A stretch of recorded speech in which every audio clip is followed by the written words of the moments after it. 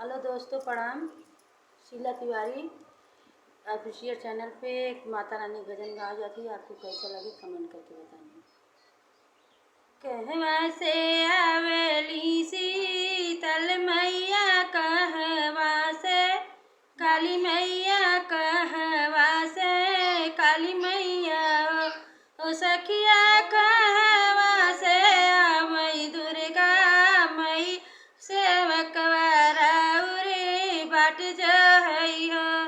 सखिया कहवा से मई दुर्गा मैया सेवक राउरी बाट जहई हो। चौकिया से मई शीतला मैया, तो कलकत्ता से काली मैया हो। सखिया पर्वत से मई दुर्गा मैया सेवकवा राउरी बाट जहई हो। सखिया पर्वत से मई दुर्गा मैया सेवक राउरी बाट जहई हो। केतुआ से आवली शीतल मैया, केतुआ से काली मैया, केतुआ से काली मैया हो। सखिया केतुआ से मई दुर्गा मैया सेवकवा राउरी बाट जहई हो। सखिया केतुआ से मई दुर्गा मैया सेवकवा राउर बाट जहई हो।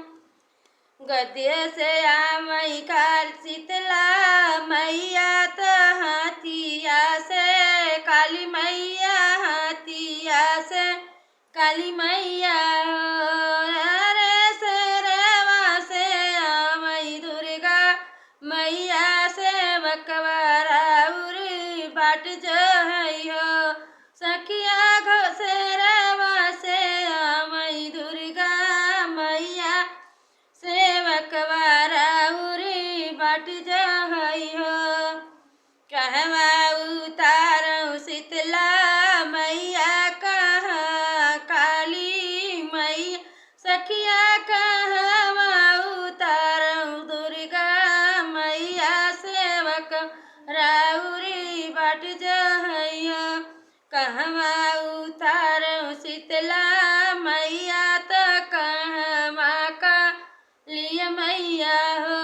सखिया कहवा उतारऊ दुर्गा मैया, तो सेवक राउरी बाट जहई हो।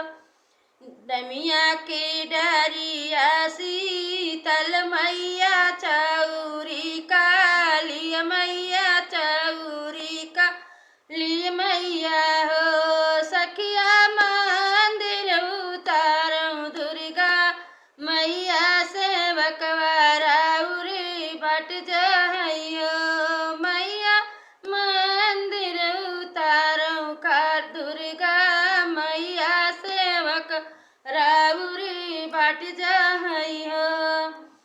काऊ खियावऊ काली शीतला मैया, तो काऊ काली मैया, तो काऊ काली मैया ही हो। सखिया काऊ खियावऊ दुर्गा मैया सेवकवा राउरी बाट जहई हो। सखिया काऊ खियावऊ दुर्गा मैया सेवकवा राउरी बाट जहई हो। उड़िया बतसवा शीतला मैया, तो धरिया लवंगिया कालिया मैया हो। सखिया राहुला फुलवा दुर्गा मैया, तो सेवक राउरी बाट जहई हो। सखिया राहुला फुलवा दुर्गा मैया सेवकवा राउरी बाट जहई हो।